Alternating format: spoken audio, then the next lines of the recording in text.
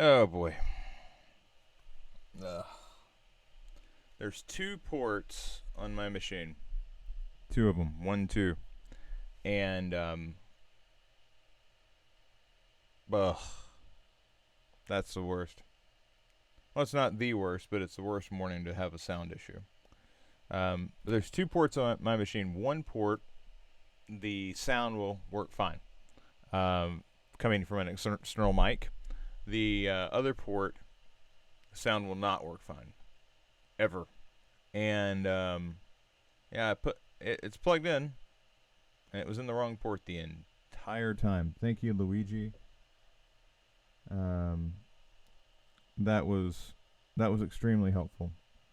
That saved us from falling off of a cliff. I'm going to show you. Let's just roll back really quickly. Unfortunately, I'm not going to have time to go super in depth with what you were watching, so that's good. So let's get in here to the your sound was fine. There's two big things that we were doing here with your existing components exercise. Welcome back to the feedback loop, folks, by the way. It's better than re-recording the whole thing. But there were 2 problems that we had over here. One was these hovers were, when we hovered between, the big problem was this was off by like 1 pixel and causing a wiggle, and you just need to make sure those are in alignment. Right now you've got a problem over here with broccoli chicken divine, and it's in alignment here, but I guarantee that when I go over here, it's going to be slightly out of alignment. It's actually fine there. What's interesting is this shape is just off. Like it's in alignment there, but yeah, it's just off by a pixel overall. So that's interesting. That would be a problem. Here, that shape appears to be in alignment, but let's just come back to our prototype, because now I'm having trouble figuring out where the wiggle was. We corrected so many things. All right, so it's loading.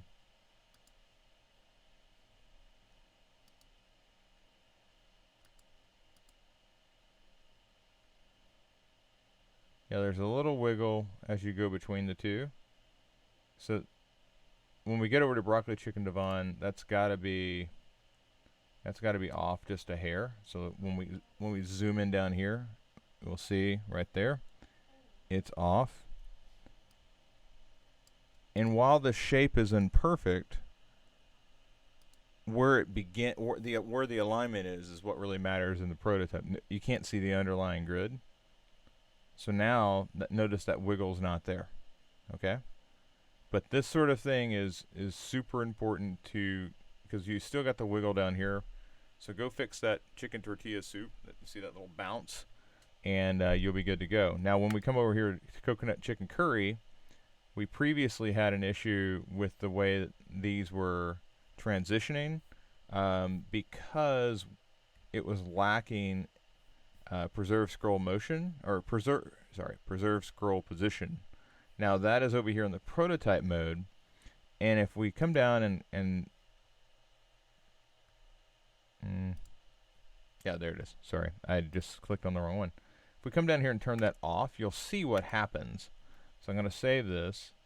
Not that I needed to save it, but now when I come down and try to hover over it just like gives me it's just like, nope, you can't do that, and that's really annoying. So you don't want that. If you just come in and turn on preserve scroll position, you'll notice that it doesn't do that. So here, now you can gracefully fade between the two. Preserve scroll position is probably one of the more important pieces of prototyping interactions that you'll have in Figma if you do anything that's not in the top portion of the frame. And most designs that you create will have some sort of interaction that isn't just like, oh hey, it lives up top. Okay? There's going to be something that happens down below. If it's an interesting design, you'll have some sort of interaction down below. So understanding when to use preserve scroll position, it's kind of weird. It's like I can't think of an opportunity or a moment where I don't necessarily want to preserve scroll position. Although if I'm transitioning to a new page and the page is short, I don't want to preserve the scroll position to be where this one is. So for instance, if I was moving to a page that was, for whatever reason, I'm just drawing a shape. If I was going to a page that was like this, I would have no reason to preserve scroll position, because that would leave me hanging out down here when my focus needed to be above. So keep that in mind. So I can, it didn't take me 2 seconds to think about a reason why preserve scroll position. Yeah, no, it's fine, Luigi. There's doesn't take much to figure out a reason why preserve scroll position is might not be used, but most of the time you're going to want to use it. So use preserve scroll position. You've got some interactions here that need to happen. So let's get that all set up. I'm gonna close those down. We're gonna move on. On your NGO case study, Luigi, I'm just looking for you to add observations to the top of that. Like basically, what did you learn? Also, I would expand. There was a lot of teamwork that you had. There was a lot of collaboration that you had to do just to get that that survey condensed down into something that was going to have a higher response rate. So I would definitely encourage you to add a note in your current writing about that. Let's get out of this. This is all new Pragmatic stuff. And while I love the new Pragmatic stuff, I'm more interested in Rebecca's portfolio at this moment because she's having trouble with code. And we're going to try to see if we can help her out with the cell-wise issue. The first thing I need to do is I need to check the status. Okay, git pull origin master. And okay, so cell-wise is there. Let's just go live with this one, and let's see what's all busted.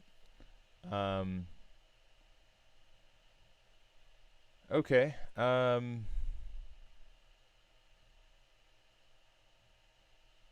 Interesting. So let's see what we've got. Again, I go through and I immediately start closing things down that I don't necessarily need. Okay, so here's hero grid, class left, class right. What we don't know really is there a like class left, class right. I was using those as very much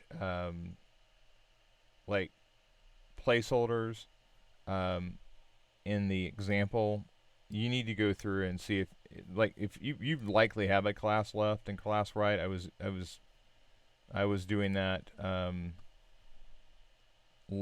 gotta get back here to cell-wise. I was doing that largely to try to identify where the potential, try to identify quickly in an example what you could do. There may be in your CSS a class left, and class right. So I'm going to go right, and I'm just making sure that, well, actually I need to do dot right. Yeah, okay, so there's a dot right.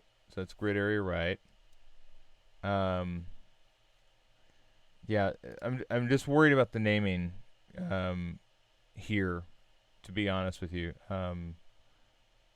So immediately in here, you've got Hero Grid. All right, so let's go find Hero Grid.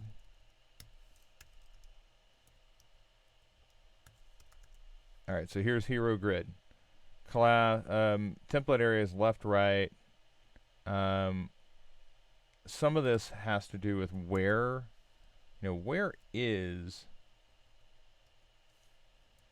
I'm sorry, I just got to clean this up. It's driving me nuts. Where is left defined? Is it above? Is it below? Do I know where it is yet? Does it exist yet? Is the question. So I know Hero Grid is at 366. I'm gonna look for left. Okay, so yeah, left is down there. Let's see what's going on in your browser. Inspect element. Now, obviously, you've got a media query kicking in here. So here's left. Here's the logo. And I don't see the image to the right. Is the image in there? Oh, the image looks like it's noted out. So the image is in there. Let's take a look at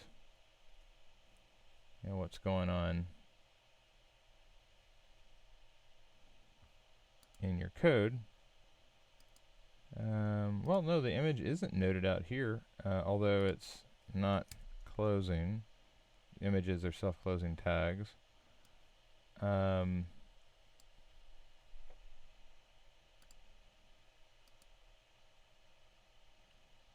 Yeah. Okay. There's got to be some broken code somewhere that's not allowing that to be read. Where is it?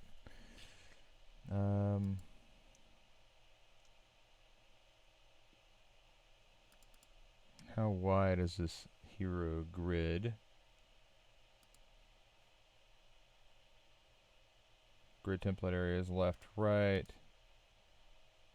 One.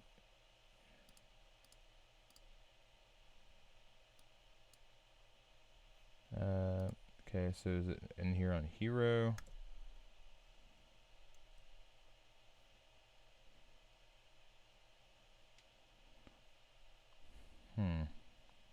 So width is 100%.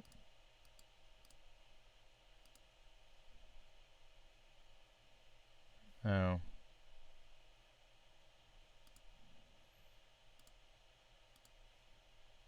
I just want to note this out for a second.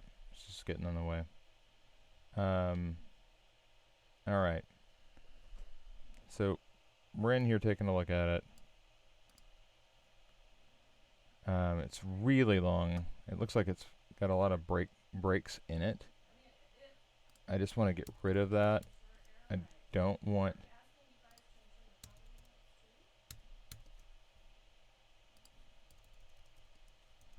All right.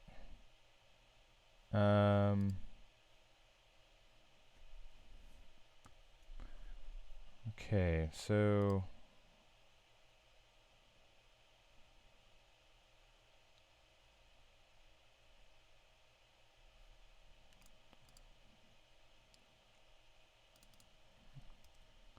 left dot. I want to get the size of left dot intro down.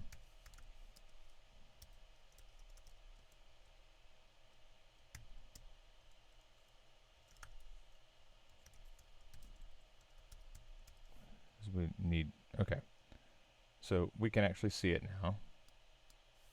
If you want to make it 2, that's fine. That's where it gets janky. Okay. So there's an issue with the image. Nope, cancel.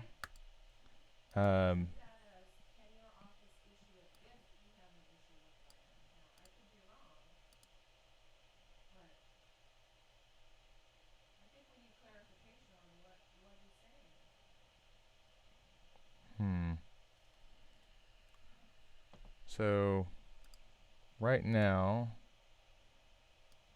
Hero Mobile, I need to see what Hero Mobile is doing, because I worry that that is throwing something off. Display block, display none. I'm gonna get rid of that. Okay, so that's now displaying, although it's displaying quite small. And yeah, I see the problem here, Rebecca. So you need a media query to switch the size. So yeah, I've turned Hero Mobile off, but the real issue here is that we need to come up. We need to reorganize Hero Grid. Okay, so here's Hero Grid, and Hero Grid. Let's flip this around on Hero Grid. Right now, when I look at this, it appears that Hero Grid loads here. Oh, I see. You try to do it that way. All right, we'll leave that alone for a minute. We still need to declare Hero Grid somewhere, and at a minimum width, it comes up in size, but I don't see where it's declared elsewhere. That's the only place where I'm finding Hero Grid, so we have to kind of like set this up. So here's let's just do this. Hero Grid. All right. Hero Grid's going to naturally set up to be right,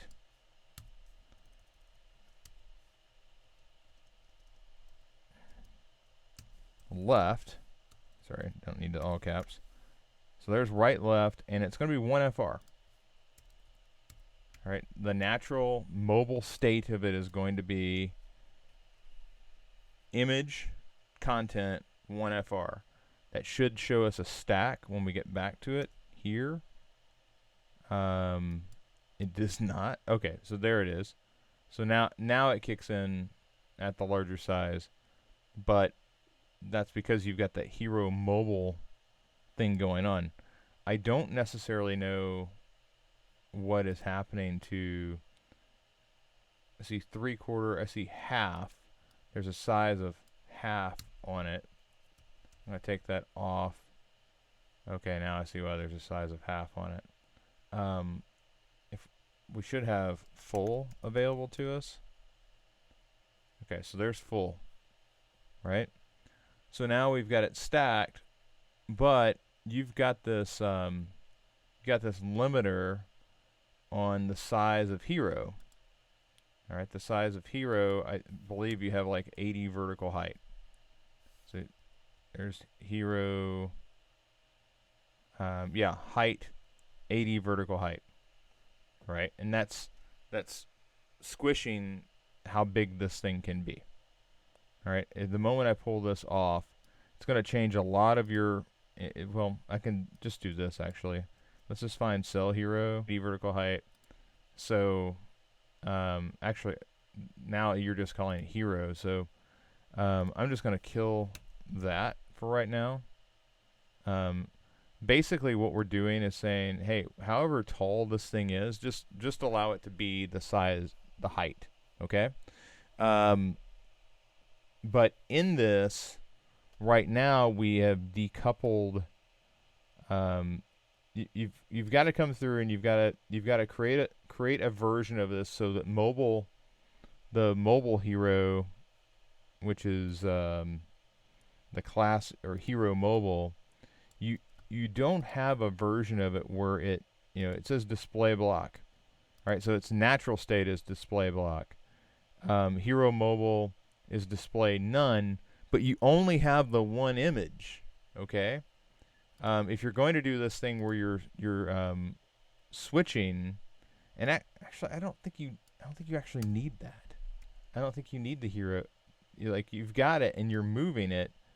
When it gets down here, you've got it moves to a different container, and then over here it moves again. What you've got to do is you've got to determine, okay, how big does this need to be? Because right now, the way that this is set up is it has all the space to the outside because of the way that because of the way your grid is structured.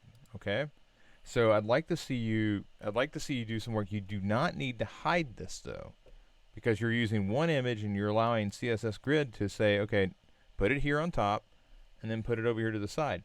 But you need to come in and finesse how it works to the side, and also we need to figure out why is this intro so narrow. And I think it's because, again, you've got these other areas where intro has to be narrow. It can't be 100% of the container it's in, because on these other areas, let's go over to work. So on these other areas, like Octa, where this hero is, you don't have a left right, so you need a different shape. You need a different, so Octa can be its shape, Cellwise and CareSite can be their shapes. Okay, so I'm going to push this up and back over to you. You need to be thinking about these things in two different forms, because right now you're using intro in the same way. It's kind of like you've rethought the exterior shape, but you haven't begun to rethink the interior shape. My advice to you would be to specifically go through and think about how you're going to craft this. Like, just draw it out on a piece of paper, okay? In this design, I'm going to have this version, and in this other design, I'm going to have the other version. I would then go in, rip out all the CSS. Rip it all out.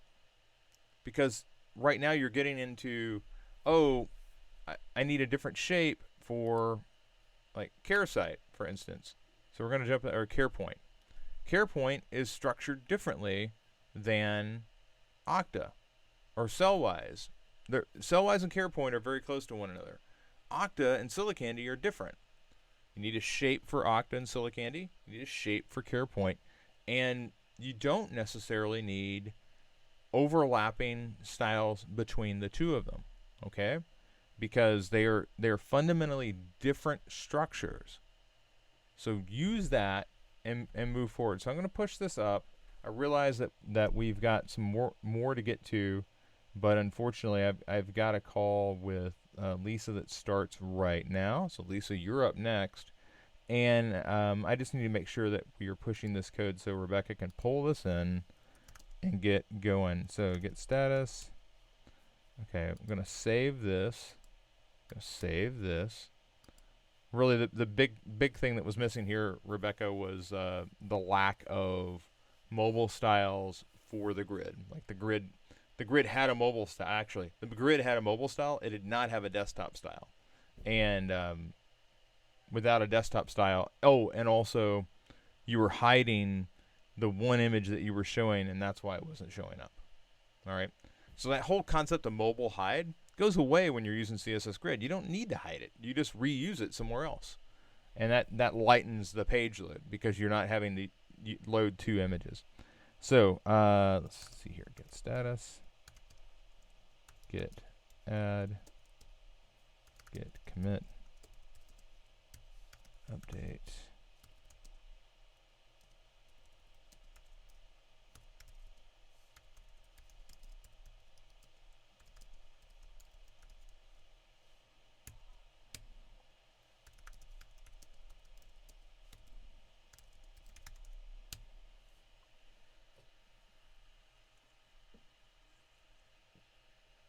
Okay, that's going to wrap it up for me. Chris Courtney here, new Pragmatic, and I will see all of you again on Monday. Take care.